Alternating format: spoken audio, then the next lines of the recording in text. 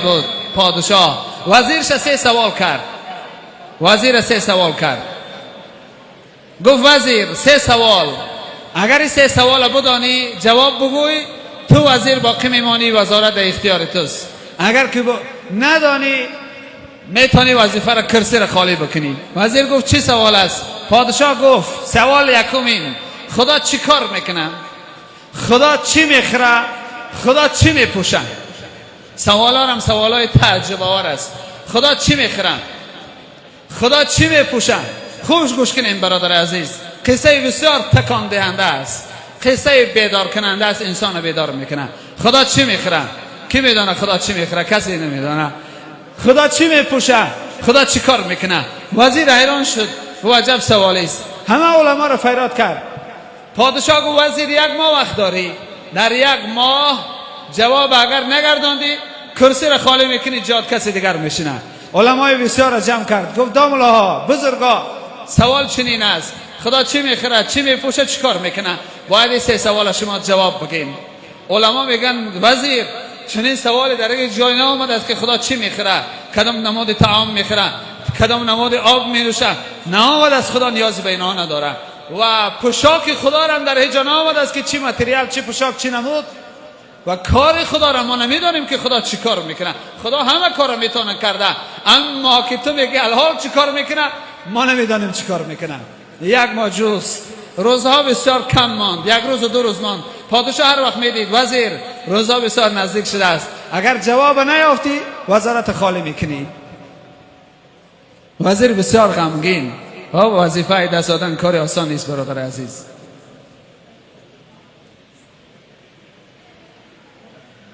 یک روز وزیر داخل قصر میشید. خوب گوش کنین برادر عزیز، شاید یادتان بمانه، شاید ایماناتان را تکان بشوند. وزیر داخل قصر میشید. یک غلام سیاه پوستی در سر رش ایستاد. نگاه کرد که وزیر بسیار ضیق است. گفت جناب وزیر چرا ضیق هستین شما؟ گفت آلی بعضا ما کس به نظر نمیگیریم، یک نفری را به نظر نمیگیریم که پیش خدا همون بلند است برادر عزیز.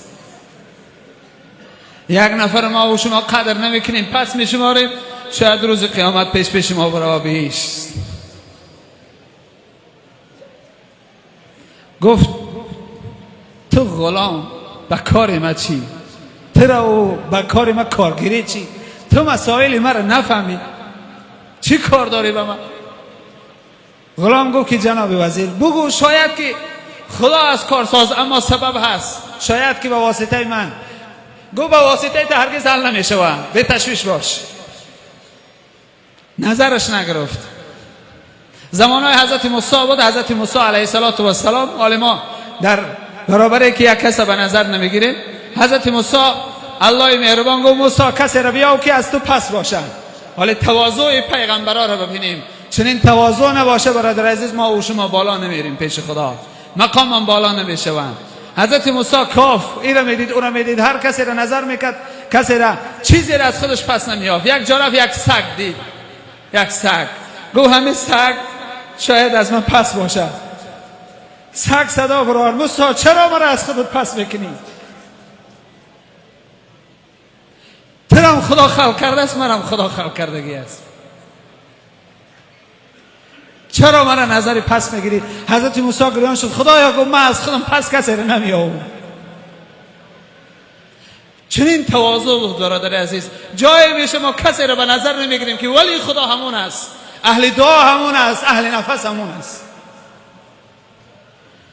غلام وزیر نظر نگرفت، سختش گرفت. غلام کو بگو. گفت که پادشاه سوال داده است. گفت چی سوال؟ گفت 3 سوال است. خدا چی میخره؟ خدا چی میپوشه؟ خدا چی کار میکنه؟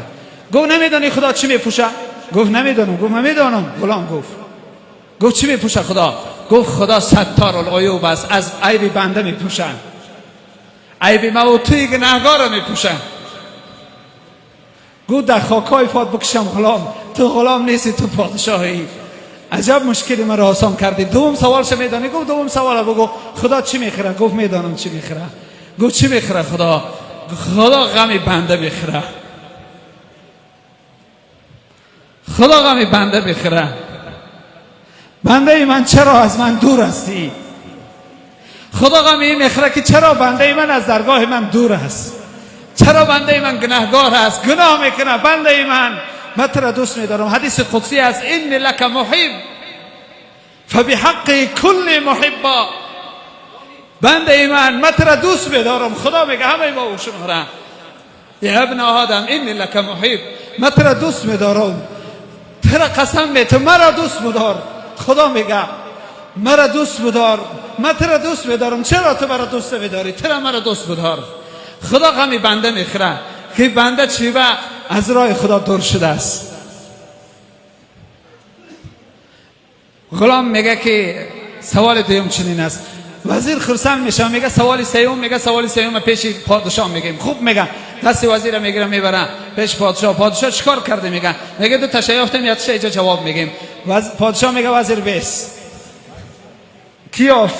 غلام جواب گفت اتاق برین پوشاکار ایواز کنین بعد بیین سوم جواب بگین. میرم پوشاکای وزیر غلام میپوشه. غلام و وزیر میاین نزدیک. پادشاه میگه بیس وزیر. غلام بالای تخت وزیر برا میبراید. میگه جناب وزیر، میگه بای میدونی خدا چیکار میکنه؟ میگه نمیدونم. میگه خدا را کارش نمیبینی در یک لحظه وزیر غلام میکنه غلام وزیر. این کار خدا است. این شب برادر عزیز خدا ما و شما را چنین امکانیت داده است. صدا میزنه یا ابن آدم ان لک محب، فرزند آدم تو را دوست میدارم و به حق کل محبا، تو را مرا دوست بدار. این شب دست بالا که بگو خدایا من تو را دوست میدارم. من آمدم با تو صلح بکنم.